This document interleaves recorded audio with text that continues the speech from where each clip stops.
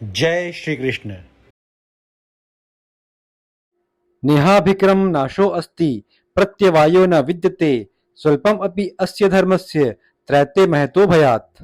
निष्काम भाव से कर्म करने में कोई हानि नहीं है, बल्कि इस पथ पर की गई थोड़ी सी प्रगति भी महान भय से रक्षा कर सकती है।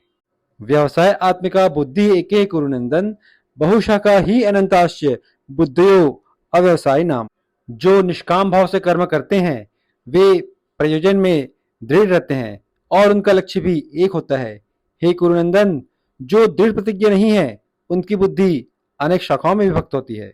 जैसे वृक्ष की जड़ सिंचने पर जल स्वतः ही पत्तियों एवं टहनियों में पहुंच जाता है, अलग से पत्तियों एवं टहनियों में जल डालने की आवश्यकता नहीं पड़ती। उसी तरह कृष्ण के प्रति समर्पित होकर निष्काम भाव से यदि कर्म किया जाए तो कृष्ण प्रसन्न हो जाते हैं। इसके बाद कृष्ण को प्रसन्न करने के लिए अलग से ज्ञान मार्ग या तपोमार्ग का आश्रय नहीं लेना पड़ता। यामिमां पुष्पितां वाचम प्रवदन्ति अविपश्चितः वेदवादतः पार्थ न अन्यत् अस्ति इति वादिनः। कामात्मानः स्वर्गपरा जन्म कर्म फलप्रदां क्रिया विशेष बहुलां भोग ऐश्वर्य गतिम प्रति। अल्पज्ञानी मनुष्य वेदों के उन आकर्षक शब्दों के प्रति अत्यधिक आसक्त रहते हैं जो स्वर्ग की प्राप्ति, अच्छे जन्म, शक्ति की प्राप्ति इत्यादि के लिए विविध सकाम कर्म करने की संस्तुति करते हैं। इंद्रिय तृप्ति तथा ऐश्वर्य में जीवन की अभिलाषा के कारण वे कहते हैं कि इससे बढ़कर और कुछ नहीं है। सकाम कर्म का अर्थ होता है कर्म फल के प्रति आसक्त होकर कर्म करना, और निष्काम कर्म का अर्थ होता है कर्म फल के प्रति अनासक्त होकर अपना कर्तव्य समझकर कर्म करना। वास्तव में वेदों में कहा गया है कि जो स्वर्ग जाना चाहता है उसे यज्ञ संपन्न करना चाहिए। इनमें ज्योतिष्टोम यज्ञ प्रमुख है। अल्पज्ञानी पुरुष सोचते हैं कि वैदिक ज्ञान का सारा अभिप्राय स्वर्ग प्राप्त करने में ही है।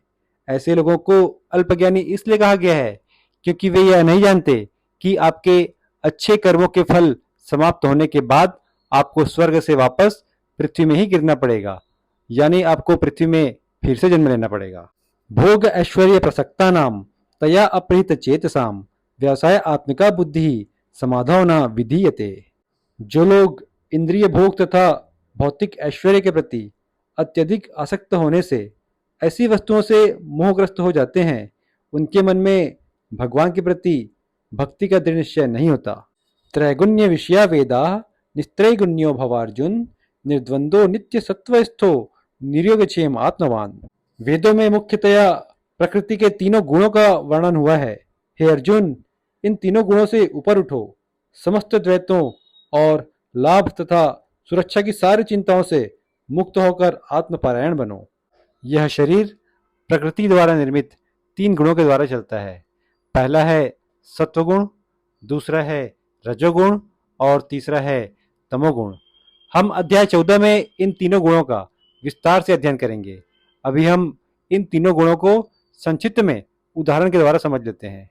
सात्विक गुणों वाला व्यक्ति वह है जो बहुत ही सामान्य भोजन करता है, जीवन के लिए जितनी आवश्यकता हो उतना ही धन इकट्ठा करता है, एक ही पत्नी रखता है और मीठे वचन कहता है, अपने वचनों से दूसरों को कष्ट नहीं देता है। रजोगुण की विशेषता है पुरुष तथा स्त्री का पारस्परिक आकर्षण। स्त्री पुरुष के प्रति और पुरुष स्त्री के प्रति आकर्षित होते हैं, यह रजोगुण कहलाता है। जैसे सात्विक गुण वाला व्यक्ति जीवन निर्वाह के लिए जितना आवश्यक हो उतना ही भोजन करता है या सामान्य भोजन करता है, इसके विपरीत रजोगुणी व्यक्ति इंद्रिय तृप्ति के लिए भोजन करता है, अर्थात वह जीभ के स्वाद के लिए भी भोजन करता है।